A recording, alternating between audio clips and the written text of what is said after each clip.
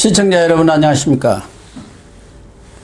시사정담 시작하겠습니다. 시청자 여러분, 한겨레 신문 현장기자 40여 명이 한겨레의 보도가 문재인 정권에게 유독 관대하게 작성됐다고 비판하고 친정권 성향 보도로 기자들이 무기력을 넘어서 열패감을 느낀다면서 사회부장과 국장단을 비판하고 나섰는데요. 문 정권의 대표적인 친문지, 친여지로 평가받고 있는 한겨레 편기자들의 반란 사태, 무슨 일이 일어났는지 이진곤 교수님과 알아보도록 하겠습니다. 이 교수님, 예. 한겨레 기자 한 41명, 예. 편기자들이, 현장 기자들이 지난 26일 날 성명을 발표를 했고, 예. 그 이후 사회부장이 보직 사퇴를 하는 등 한겨레 신문 내부가 상당히 시끌벅적한 것 같습니다. 예. 내용이 어떻게 돼서 성명을 냈습니까? 그 이용구 지금 차관이지 않았습니까? 예, 법무차관. 예, 택시 기사 이제 폭행 사건이 있었죠. 예. 거기에 대해서 그걸 기사를 보도를 하면서 예. 그러니까 친추 네. 추미애 장관 쪽의 사람이라고 여겨지는 그런 저 사람으로부터 그 이종근 형사부장이라고 해요. 예. 이종근 형사부장한테 뭐 이렇게 자료를 받아가지고 네, 우리가 보도자료 흔히 하는 비슷한. 말, 예, 뭐 그런 걸 받아가지고 근데 이거는 공식 아이템도 아니고 자기들이 그냥 자기가 만들어 정리한 거를 본래는 법무부 그 대변인실을 통해서 줬다 이런데 법무부 대변인실 우리 그런 거 받은 적이 없어 이러니까 그러면서도 이종근 형사부장 거라는 사실은 부인을 안 했거든. 예. 그러니까 바로 직거래했다는 얘기겠지. 기자하고 사이에서. 그렇게 갖고 가서 그걸 보도를 하면서 이런 거는 보면 그러니까 목적지에 이미 도착해가지고 이제 내리는 과정에서 그랬으니까 이거는 운전 중에 그 폭행이 아니다. 예. 그러므로 이거는 검찰에 송치돼 봐야 이건 불기소될 그런 사건이었던 셈이다. 이런 식으로 해가지고 보도를 했단 말이죠. 그러니까 이게 뭐냐면 이 특가법상에 이제 이게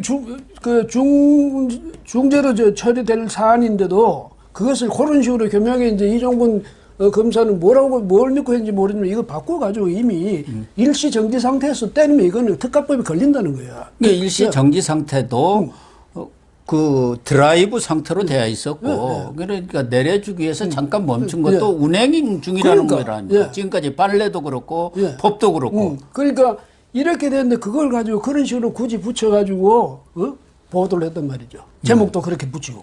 이러니까 기자들이 사실 현장 기자들이 40여 명이 그러니까 자기들은 줄철줘야 그야말로 정신을 열심히 뛰어가지고 사건을 이제 취재를 해가지고 갖다 주면 데스크는 무슨 역할을 해야 되느냐. 우선 이 게이트키퍼로서 이 기사가 사실이냐 아니냐 팩트 체크를 하는 것과 그렇죠. 동시에 그 다음에 이제 문장도 다듬고 이렇게 해야 되는데 자기가 앉아서 방향을 바꿔보면 안 되지. 그러니까 사실 팩트를 지금 바꿔버린 거 아닙니까? 이거는 데스크로서는 월권이라도 이런 월권 없거든. 이건 기자가 아니야 이렇게 되면. 이러니까 이런 짓을 데스크가 했는데 그것도 자기들이 항상 무슨 한겨레는 자부해가지고 자기들은 진실만 보도한다 어쩌고 이래가지고 다른 언론에 대해서 굉장히 옛날에 공격도 많이 하거든. 그 한겨레가 다른 언론에 대해서 이 조그만한 이런 틈만 있어도 아주 그냥 맹비난을 하고 극렬한 그런 비난 공세를 폈지 않습니까? 과거에. 그래 놓고는 버젓이 이 짓을 했단 말이지. 그러니까 이 기자들 정도가 아니에요. 이건 뭐 쓰레기 그러니까 찌라시라고 하지 않습니까 지금? 그러니까 일선 기자들도 이제 가면 출입처에 가면 이건 얼굴을 못 들잖아요. 어디 가서 얼굴을 듭니까? 이렇게 되니까 하면 이제 거기다서 이제 어필을 한 모양인데 그래서 그 이춘재 사회부장이 이제 보직 사퇴를 했대요. 근데 이게 보직 사퇴 그거하고 28일 보니까 우리가 죄송합니다 하고 그 사과를 하고 했는데 그걸로 끝낼 일이 아니죠. 보직 사퇴한 게 무슨 중요합니까? 한겨레 신문의 기본적인 방향이 저널리즘의 원칙에 충실하느냐 안 하느냐 그 본령으로 돌아가느냐 문제가 중요한 거 아니겠습니까? 그 요즘 과거에도 여러 차례 그런 일이 지금 한겨레에서도 벌어지면은 시스템을 고치겠다 그런 일이 없도록 했다라는 거 똑같은 일이 계속되고 있잖아요. 전에 그 윤석열 총장 윤중천인가 거기 별장에 가서 향응 받았다고 또 대문짝만하게 내가지고. 어? 일면에 그렇게 보도를 해가지고 윤석열 총장이 사실이 아니라고 오보라고 해가지고 그걸 소송을 건 거 아닙니까? 그러니까 바짝 손을 들고 일면에다 또 사과 기사까지 냈잖아요. 윤석열 총장한테 별장에서 접대를 받았다고 몰래 기사를 싹 흘려준 정보를 흘려준 사람이 지금 김학의 출금 사건에 불법 출금 허위 내사 번호 수사 번호를 붙인 그 이규현 검사라는 게 조국 흑사선 그 공경의 변호사의 주장이에요. 그 한겨레 대형 오보의 취재원이 바로 이규현 검사다. 그러니까 과거에도 보면은 어디서 잘못 온 사람은 다른 데 가서 또 똑같은 짓을 하면서 권력을 잘 타고 돌아다니면서 출세를 하더라고요. 그러니까 이게 바로 전형적인 검언 유착 사건 아닙니까? 예, 그렇죠. 그러니까 왜 안 보고 자꾸 검언 유착 그럽니까? 한동훈 검사장은 아예 그 사람 관심도 없어 이랬는데, 유시민은 관심도 없어 이랬는데, 그걸 유시민하고 억지로 엮어가지고, 그래가지고, 아니, 추미애 전 장관이지. 나서가지고 계속 그것이 검언 유착이라고 그러면서 그걸 근거로 해가지고 윤석열 총장을 수사 지휘 라인에서 배제해버리는 그런 수사 지휘를 하고 이랬지 않습니까? 예. 그런데 정작 보니까 검언 유착 누가 했냐? 이 사람들이 한 거예요. 바로 이 사람들이 한 거죠. 그러니까 이정권 지금 형사부장 이 사람이 또 부인도 박은정 예. 법무부 감찰관 아닙니까? 윤석열 총장 쫓아내기 위해서 제일 앞장섰잖아요. 예.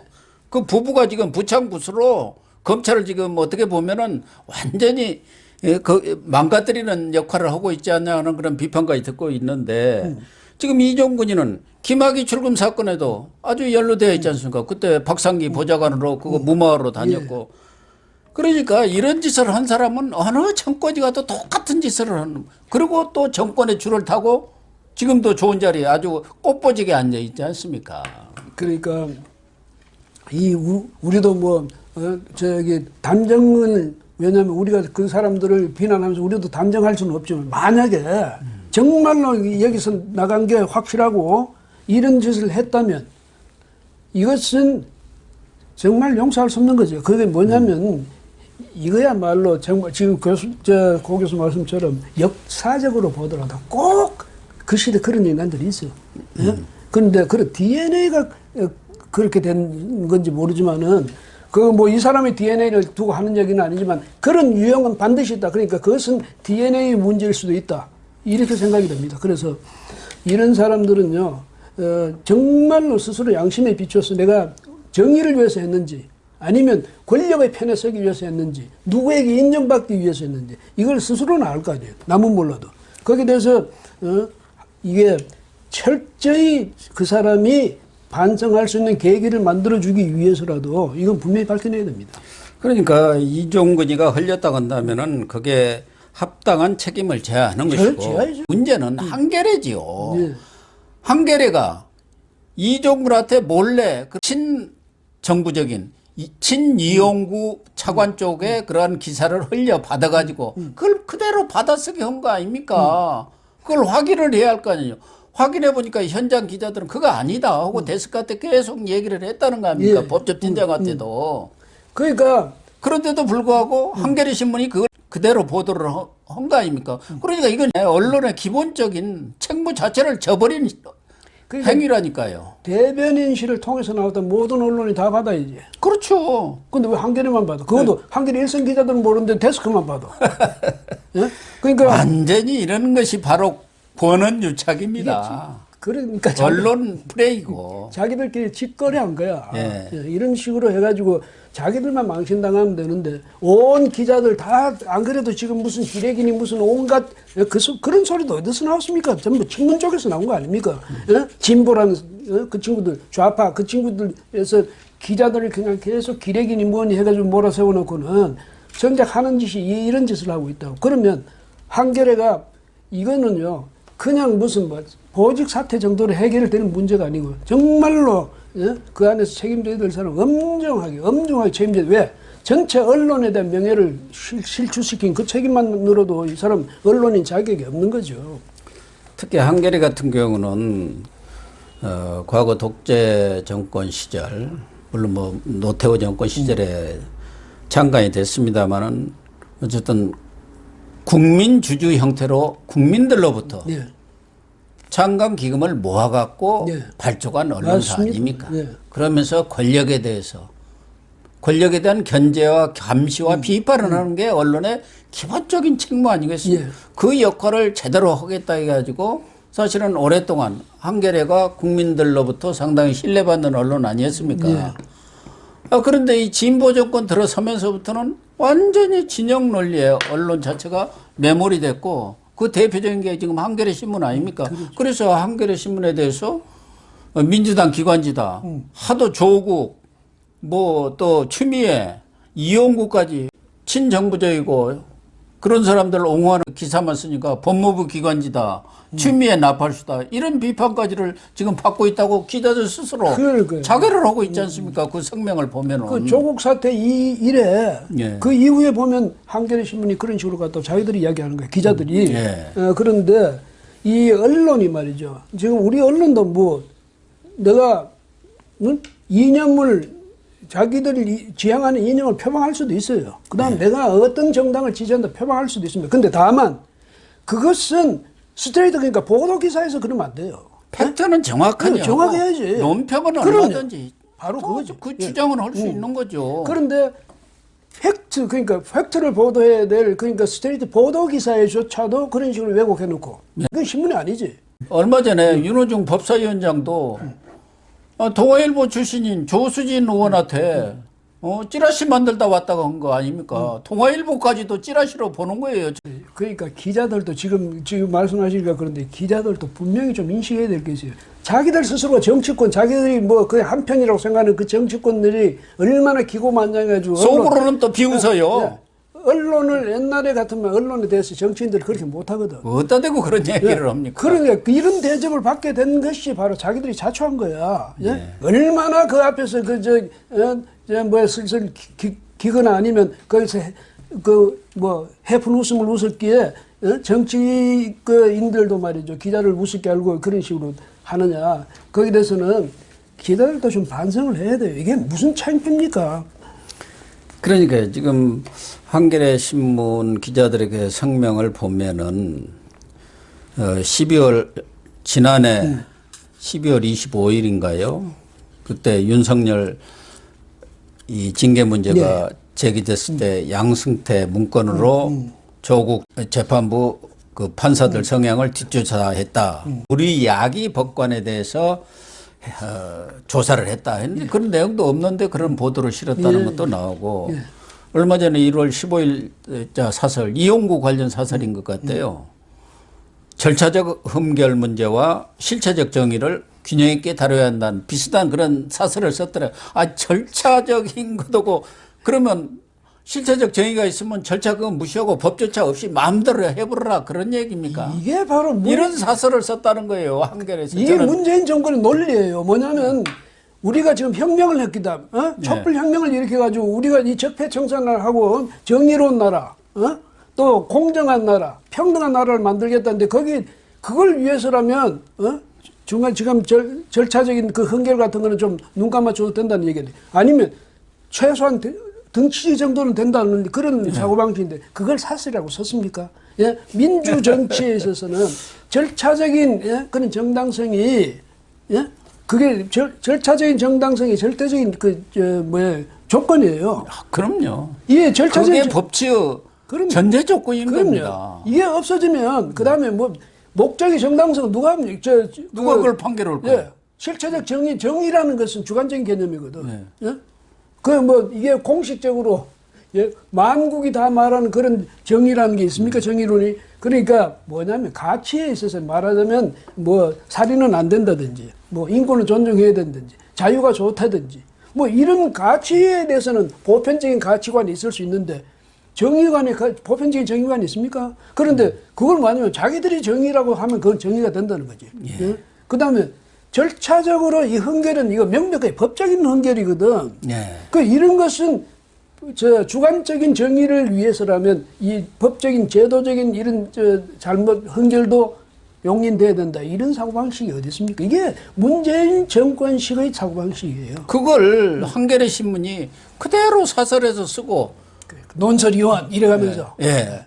더군다나 이런 팩트를 전부 왜곡해 가지고 조국 이후 그렇게 소위 말해서 부장 국장단에서 그렇게 했다는 거 아닙니까? 데스크단이. 그러니까 일선 기자들로서는 도저히 참을 수가 없다. 그래서 지금 성명을 내고 일종의 반란을 일으킨 거 아닙니까? 자기가 글 쓰면서 자가 간지러워서 글 써지나? 그렇게 그런 거를 예? 명색이 자기가 기자라고 달고 있으면서 그리고 자기들 뭐 항상 입에 달고 있는 말이 아까 그 교교수 말씀하시지만 자기들은 정의롭고 자기들은 뭐 불편부당하고 말이지 오직 옳음을 위해서 뭐 정의를 위해서 그런 하는 짓은 뒤에 앉아가지고 그런 생쥐 같은 짓이나 하고 있어요. 그뭐 무슨 검사 그것도 뭐 무슨 법무장관한테 직접 부탁을 받아서 했으면 또 체면이나 써지. 그 밑에 그 부장 대검 부장한테서 그걸 받았었어요. 아 이거 참. 아까도 잠깐 나온 그 2월 달인가 2019년 10월 11일자 일면 보도가 바로 윤석열 검찰총장이 윤중천 건설업자 아닙니까? 그렇죠. 이 사람의 별장에 가서 접대를 받았다 해가지고 뭐 그냥 대문짝만하게 쓰고 거기다가 또 인터넷판 또 한겨레 20일 잡지 거기까지 그렇게 그냥 도배를 했지 않습니까? 그런데 그 취재원이라고 지금 공경의 변호사가 폭로한 거 보면은 이규현이한테 나왔다는 거예요. 이규현이가 그때 과거사위원회에 있었지 않습니까? 그러니까 그 자료에도 이런 의혹이 있다는 것도 아니에요. 이런 말도 떠돈다는 정도야. 그러니까 떠든다는 거. 그거 한 줄 그걸 가지고 기사를 이만하게 만들었어요. 그러니까 이건 소설 쓴 그냥 자기들이 즐겨하는 말로 소설 쓴 거지. 소설을 쓰더라도 악의적인 소설을 쓴 거야. 왜냐하면 이렇게 해서 윤석열이만 쫓아내주면 한겨레가 뭐 역사를 바꾸는 겁니까? 그래가지고 이 정권 문재인 정권에게 좀 크게 기여하는 겁니까? 이런 장난을 명색이 신문사 이름을 내 걸고 그런 기사를 가지고 장난치다니 이거는요 아무리 뭐 시대가 바뀌어도 요즘 기자들이 좀 뭐랄까 신뢰성이라든지 또 아니면 뭐 사회적 지위라든지 이런 것에 보면 옛날하고는 좀 다른 건 사실이에요. 아무리 그렇지만은 역시 기자는 기자의 자부심을 갖고 있어야 되지 않습니까? 그다음에 또 논설위원 같으면 이 논설위원으로서 어떤 자기 품격도 생각해야지. 억지 논리를 만들어 그것도 논리라고 만들어 가지고 말이죠. 참 기가 막힐 노릇이죠. 예. 그러니까 기자가 그런 기사를 썼다고 하더라도 한겨레 같은 데서 이런 짓을 벌이고 있다니 정말 기가 막히고 참 있을 수 없는 일인데요. 지금 이런 그 친여 언론들의 행태라는 것은 뭐 한겨레뿐만이 아니죠. KBS, MBC는 또 어떻습니까? 윤석열 총장 쫓아내기 위해서 MBC는 그 사기꾼하고 한통속이 돼가지고 이른바 검언 유착 사건이라는 걸 만들어냈고 KBS도 마찬가지 아닙니까? 지금 대검에 그 사람도 지금 대검에 부장을 하고 있는 사람으로부터 알려지고는 제보를 받아가지고 KBS가 대형 오보를 냈잖아요. 한동훈하고 이동재 기자가 공모해가지고 유시민이가 주가 조작했다는 걸 기사를 쓴 거 아닙니까? 그런데 아닌 걸로 드러나 버렸잖아요. 그러니까 언론들도 이런 내용을 적어도 기자 생활을 한 사람은 이게 사실이 아니라는 건 다 압니다. 그리고 저쪽에서 언론 플레이하고 친여 언론 매체를 가지고 장난치고 있다는 거. 권력의 압력을 위에다 넣어가지고 기자들한테 그 기사 쓰라고 하고 있다는 건 다 알면서도 거기에 한통속에 대해서 몰려가는 이런 언론 행태. 이게 사이비 언론의 아주 대표적인 것 아닙니까?